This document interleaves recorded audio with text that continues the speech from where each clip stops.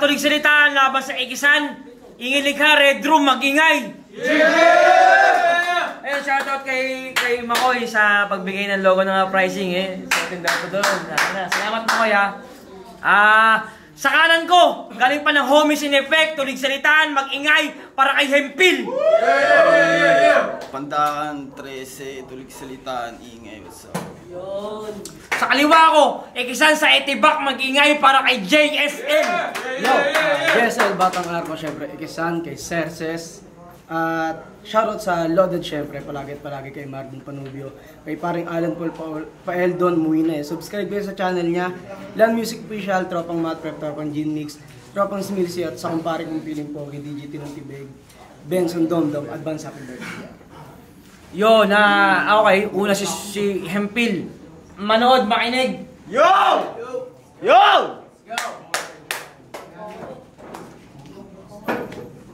Game! Yo, tagal na lalaan ng gutom ko ngayon, di mapigil ka. Inin, uhaw, humakot ng thick breads at meat flesh, self-interest na investment ko ng depress pang i-chep pero ring libre ang TF sa etihang stage na eat well sa kitchen. Ako yung Queen's Bet sa Prince, isang dream flex ang King's Wealth at street creds ko na secret sa mga beaches, lahat ng nearest at stitches, may skill set na split set. Kasi na nagiging ay nasisira ang intention ng reaper and real deads na rip heads way ng realest na killer pang PNR speed desk. Kaya sana ng gigil. Kasi pagbirit ng pihet, yan ang pasilip sa ihip ko ng hangin tahimik sa gilid ng unang titig. Kung sa itsura niya, akala ko talaga gumaling na yung batang hirit ng tap. Sa kalaban niyang speechless na pipe. Tangina, bumalik ako sa battle rap na kargadong inaasam, ibadibag ang GL at 6th Street. Hindi para gawin punchy bag, mga pre-prospect nyong mediocre na pilit ng pilit. Pero syempre, sa akin ang sising pagpili. Nasagasaan tong naka-training wheels sa roller skates niya ng pagulong sa dagundong ko ng rumaragas ang pagbanking habang naka-planking ng tulog. Tangina, brainstorming stage niya, fully naked, meditate sa bubong. Sa sobrang asim, mamamatay ka sa acid, isang patak pa lang ng pawis niya sa utong.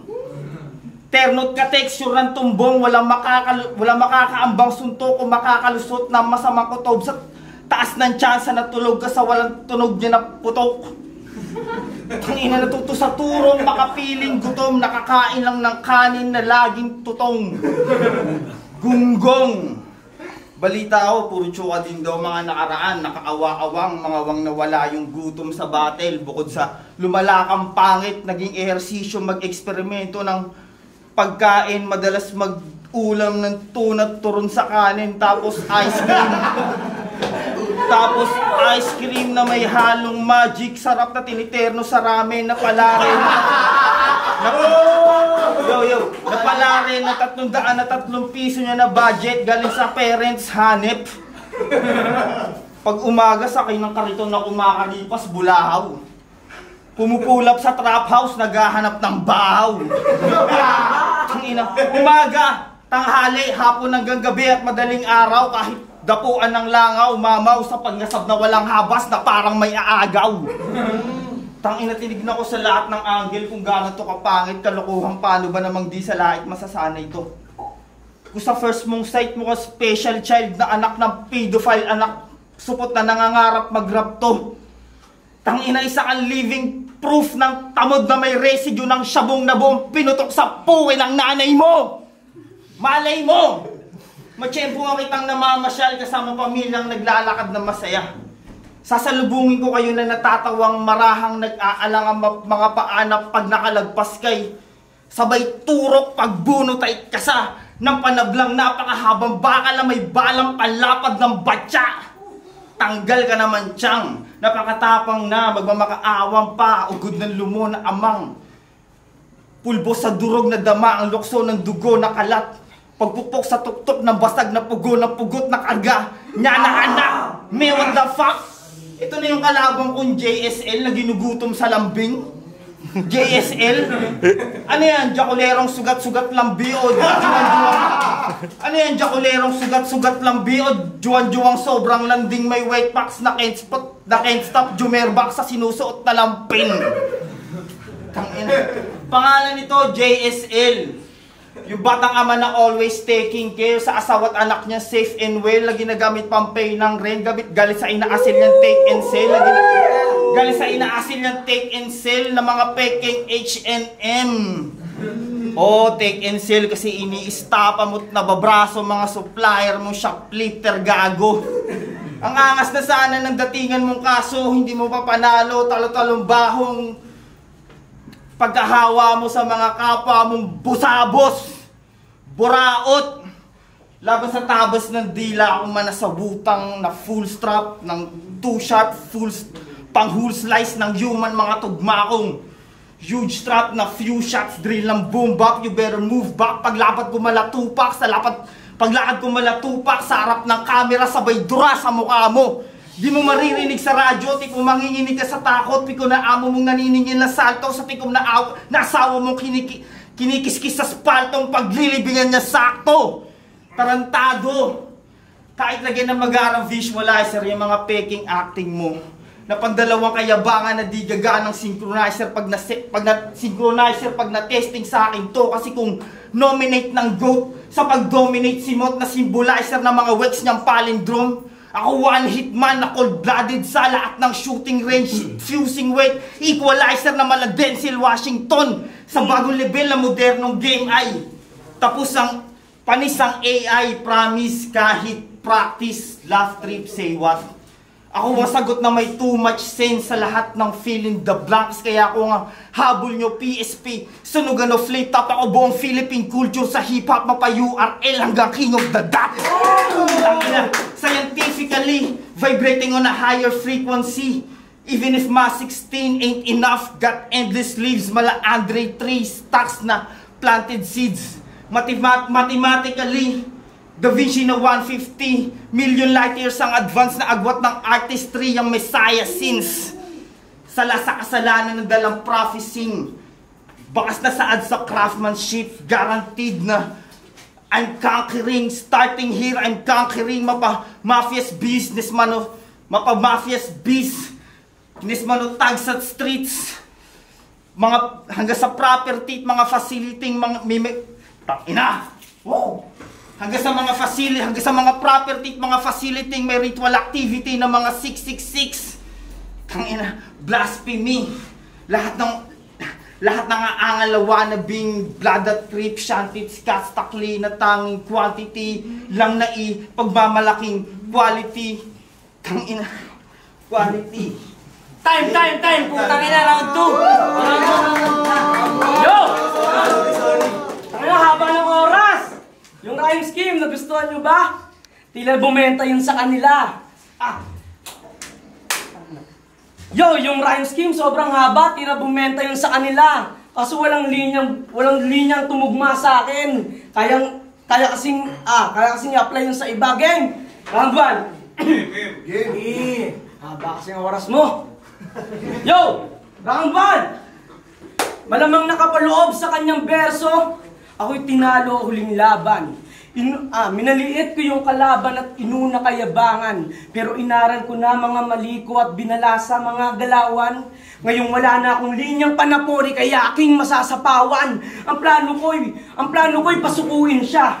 Hindi nyo ako mapipigilan, naharasin ko ng sobra. Lalo kong panggigigilan, aking pang pagdiliinan, hindi ko titigilan. Hanggang tong si Hempil ay dumulog na sa himpilan. Pangalan niya ay hemp, ang ibig sabihin cannabis. Tama ba, iho? So nagmamariwana ka pala. Ang nagbuko, pangalan mo pa mismo. Ba't kasi hinango mo sa cannabis na bulgar tuloy yung bisyo? Kung hindi ka nagpangalan ng hemp, edi sana di cannabis to, kanyang estilo. Kanyang estilo, si Sermon nandiyan yung kalaban o ganyan siya magkomento. Tipong sobrang daming sasabihin, tipong gagawa ng kwento, kunwari may isisiwalat, puro lang naman imbento, at kapag wala na siyang mag-bring up, idadawit na gobyerno. Kasi nga daw, pack the system, yun ang laging sigaw ni Gago. Pero galit siya sa sistema, pero sarili di mabago. Galit ka nga ba sa gobyerno, kaya pinagbubuntunan mo? O baka di mo lang batid na sarili mo lang din kalaban mo? Kasi dala lang naman ng bato tsaka damo, kaya mukhang wala kang hustle cap. Tsaka hiram lang yung tapang mo sa droga, kaya ang angas sa battle rap. Palibasa lagi yung palumpalo at sa mukha niyo masisilay. Habi niya na pagbabato, kaya mukha niyan ang tibay. Pues ako na ang babali para tapos na pagninilay. Tumpalo, tinapat sa frontman, kaya tumpilay mapipilay. Doon ka na 2 minutes. Tangina mo. Yo! Time, G! Tangina mo! Ano yun? Grade 3, sobrang simple. Yung hemp ko, hindi yung cannabis. Ang meaning nun, helping educate misinformed people. Yeah! Bobo!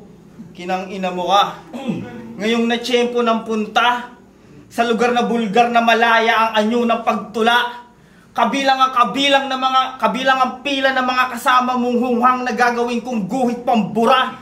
Sa lahat ng higanting halimaw ng baba at ibabaw na napasugod kong sundan, hinahanting mangyaring makain, china-chopstick, ihawin sa nag-aalborotong bulkan. Mukbang! Kaso mas mukhang gutom to sa akin, halata naman sa lupit ng sulat.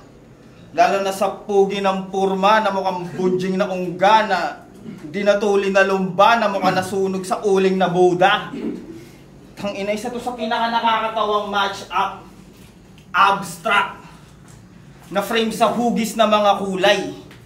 Mentalidad ko ang nagdidikta ng realidad kong maukit ng tunay na ginamit kong pampunit ang sungay laban sa kapalaran mong tulongges hanggang maulit ang buhay. Parang bata na mayaman sa real estate laban sa nalugi na Bombay. Alamat ng prison break laban sa nahuli na tulak. Tangina. Genius name laban sa useless na utak. Cleanest fade catches na bullet ng hoodrat na nakap sa proof test ng gun na prof sa tangina. Nakap sa proof test ng gun brad na mahuling pang lukhat. Kaya malamang tanggap lang na kalabasan ay parang laban ng tukil at tupak. Tangina. Parang laban ng tukil at tupak, pues maghihilamos ka lang muna sa pinagtuklapang sugat at sariling muta para hindi ka magulat pagkapasa sariling mga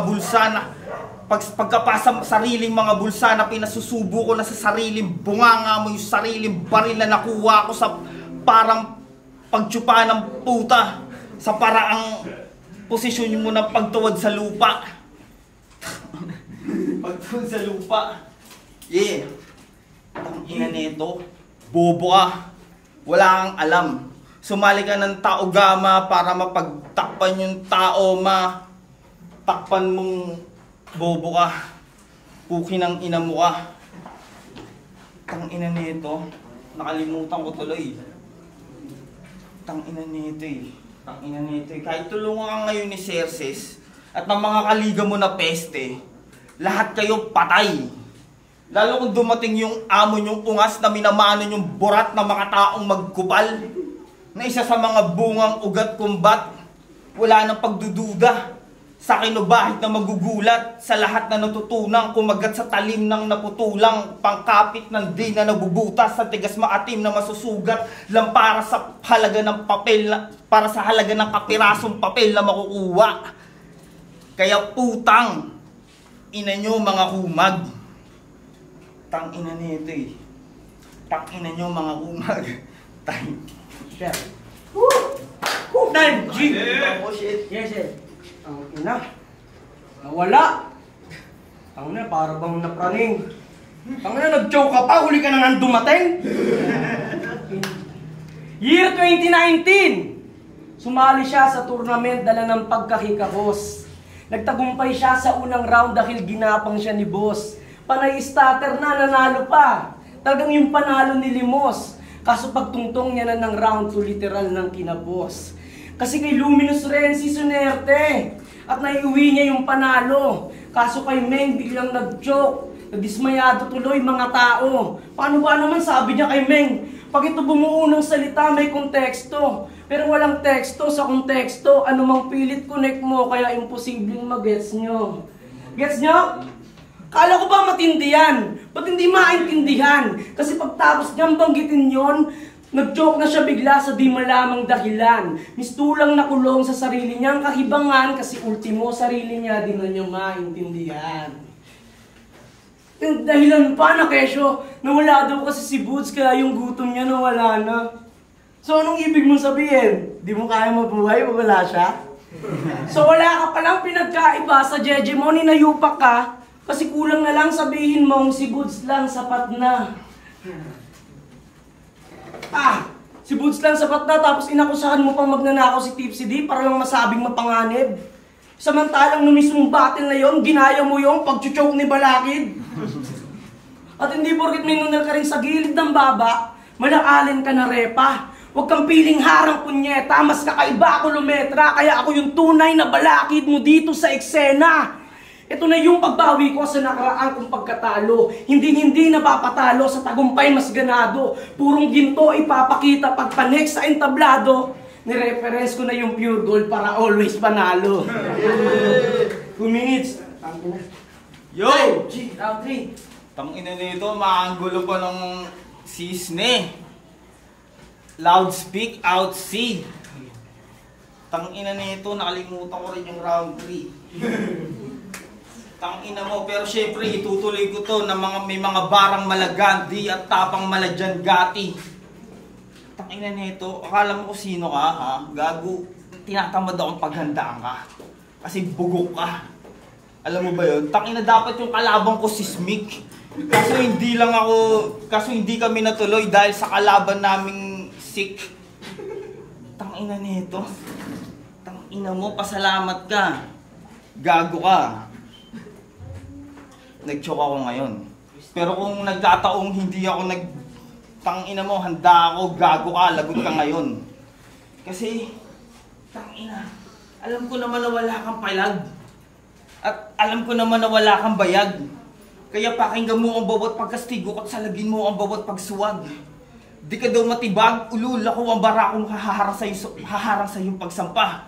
At ang bawat bangungot sa pagkademonyo may papalit ako ng paggalampa. Hangalap ko sakali nakalabas na mula sa barikada ng mga hapo na atasaw sa akin na padipesa sa mga utak na patapon. Ngayon na panahon na pagdatuos na mayroong Balakid na nakaabang. Sino man ang humara sa bawat akbang ng mga paako ay gagapang. Mga mayabang at mga bulaan, ba't di nyo subukan magsilabas para malaman nyo na kung sino ba talaga ang mga mas madulas sa daba at ang bawat daas sa mga pangaas sa lakas ng katasukay na napadapa. Mga batang uhugin at mga buraot na disisagala sa mga tanga sa kabilang banda pa. Huwag mo antayin na ako na magpakulog.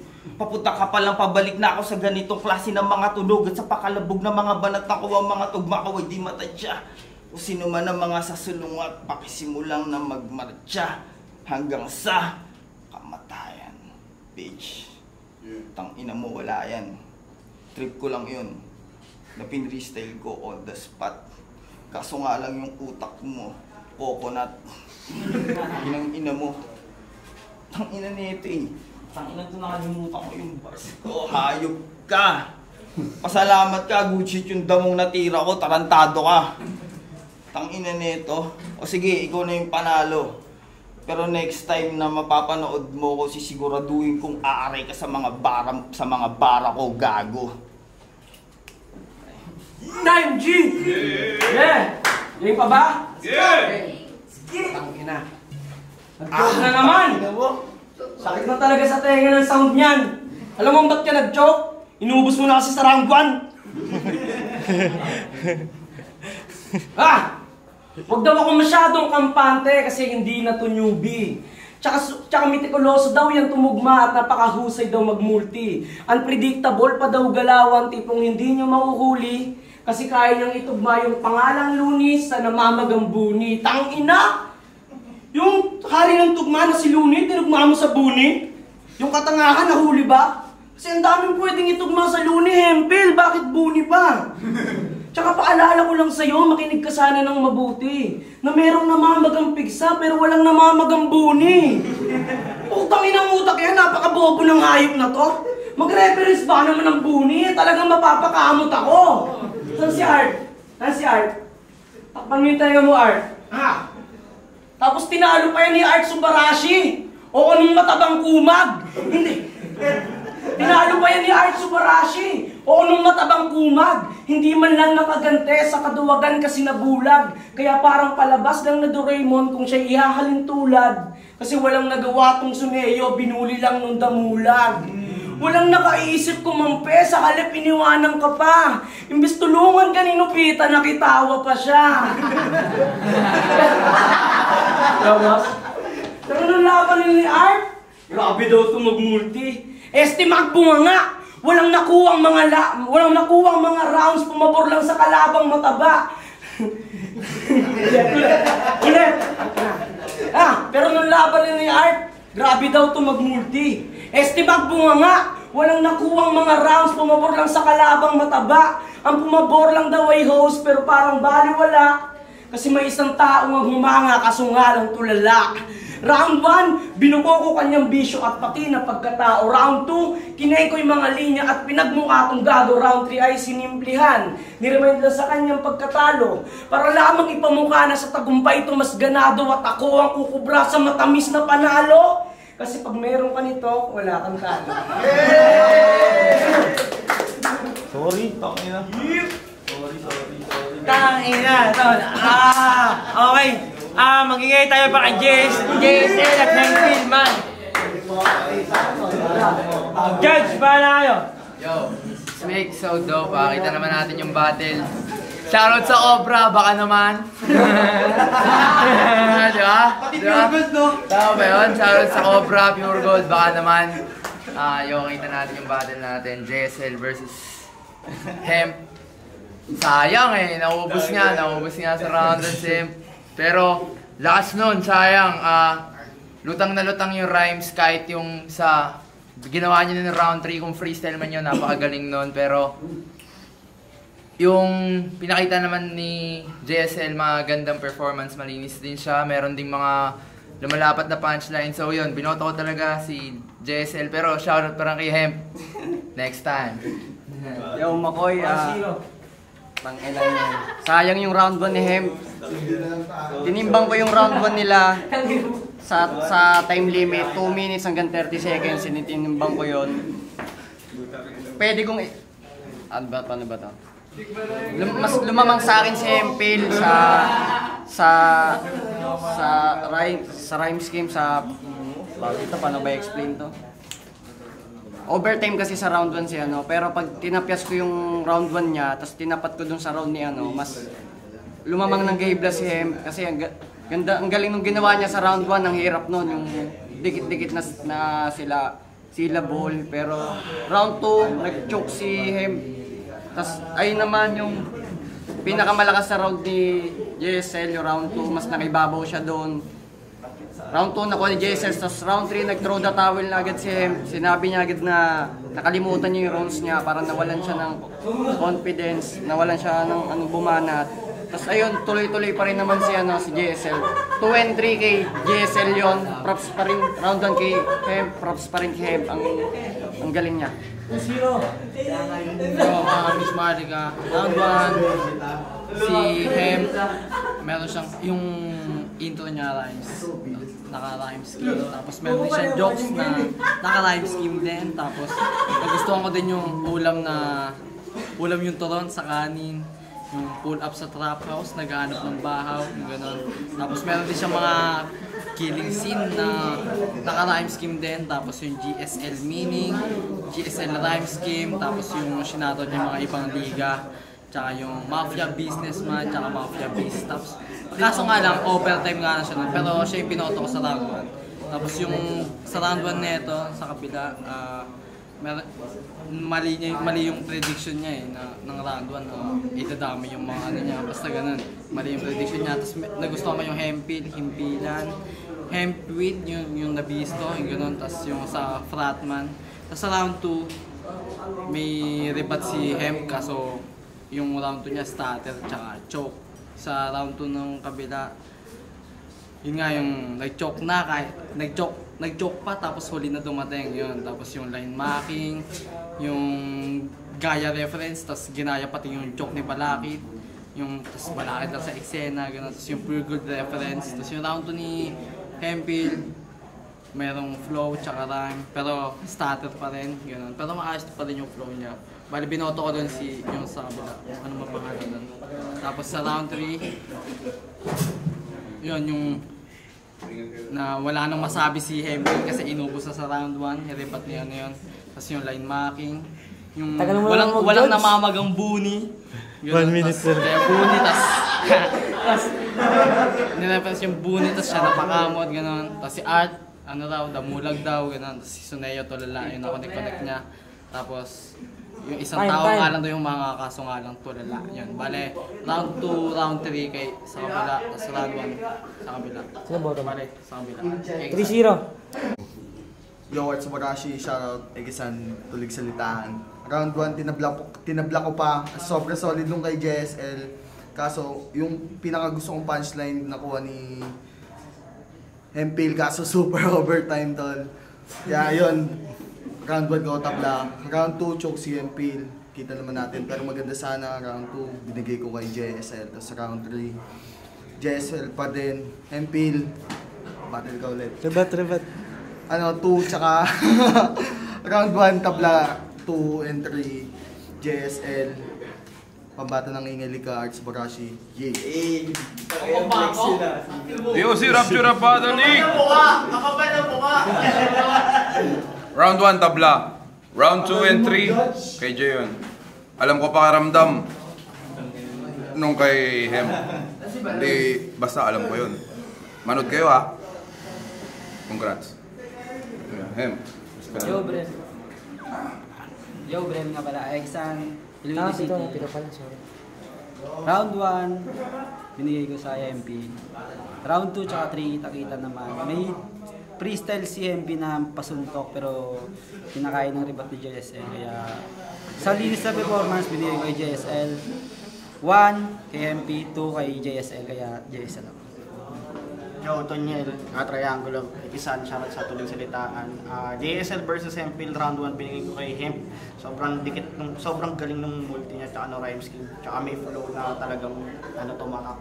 Pero round 2 tsaka 3 binigay ko kay JSL. Sayang yung rounds ni Hemp, sayang talaga. Pero dikit sa nila, yun lang. JSL. Agawad. Yun, 7-0. Magingay tayo para kay JSL, man.